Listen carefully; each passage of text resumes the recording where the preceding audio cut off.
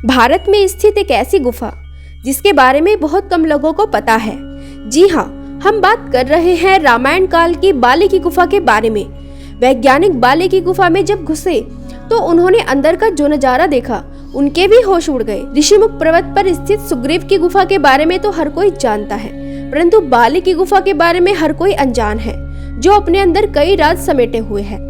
इसका पता जब वैज्ञानिकों को चला तो वो भी इसके अंदर गए और उन्हें ऐसे प्रमाण मिले जिससे ये साबित हो गया कि ये गुफा सचमुच में बाली की गुफा है।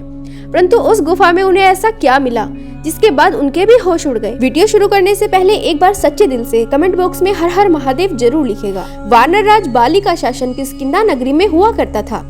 वो इतना बलशाली था कि उसने रावण को भी पराजित कर रखा था। परंतु ऐसा क्या हुआ जिससे उसके अपने भाई से ही दुश्मनी हो गई, जिसके पीछे का कारण था वो गुफा, जिसे आज हम बाली की गुफा के नाम से जानते हैं। एक बार की बात है जब मायावी नाम के एक राक्षस ने बाली को युद्ध के लिए ललकारा।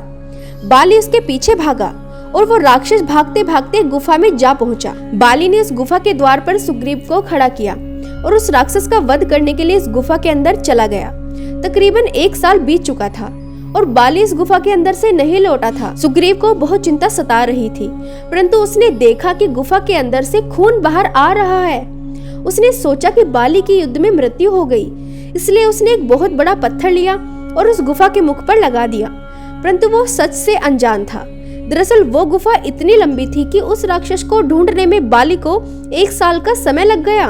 और 1 साल बाद जब उसने उस मायावी राक्षस का वध कर दिया, जब बाली उस गुफा के द्वार पर पहुंचा तो उसने बहुत बड़ा पत्थर देखा। पत्थर देखकर उसे भी हैरानी हुई। उसने सोचा कि शायद सुग्रीव मेरा शासन हड़पना चाहता है।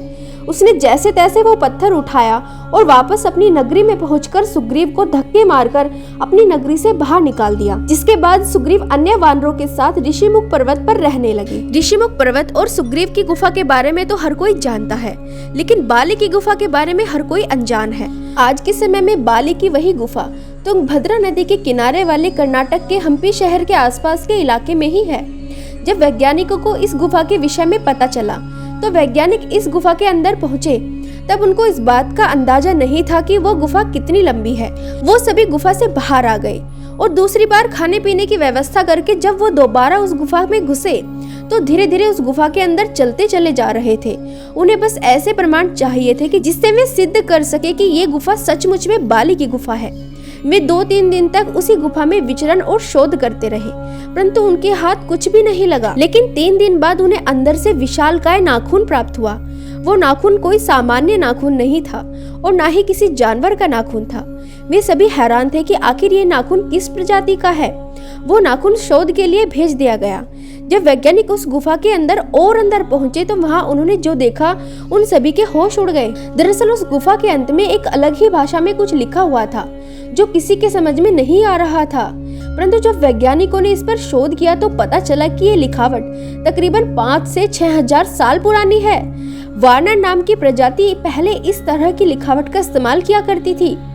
वानर बंदर की तरह ही दिखते थे, परंतु उनका शरीर मानव की तरह हुआ करता था। उनका मुख भी बंदर की तरह और उनकी पूंछ भी होती थी। जब उस नाखून पर अच्छी तरह से शोध किया गया तो पाया गया कि वह किसी आम इंसान का नाखून हो ही नहीं सकता, ना ही वो किसी जानवर का नाखून है, क्योंकि वहां पर मायावी राक्षस और बाली में युद्ध हुआ था। तो ये प्रमाण दिए गए हैं कि ये जरूर उस मायावी राक्षस का ही नाखून है।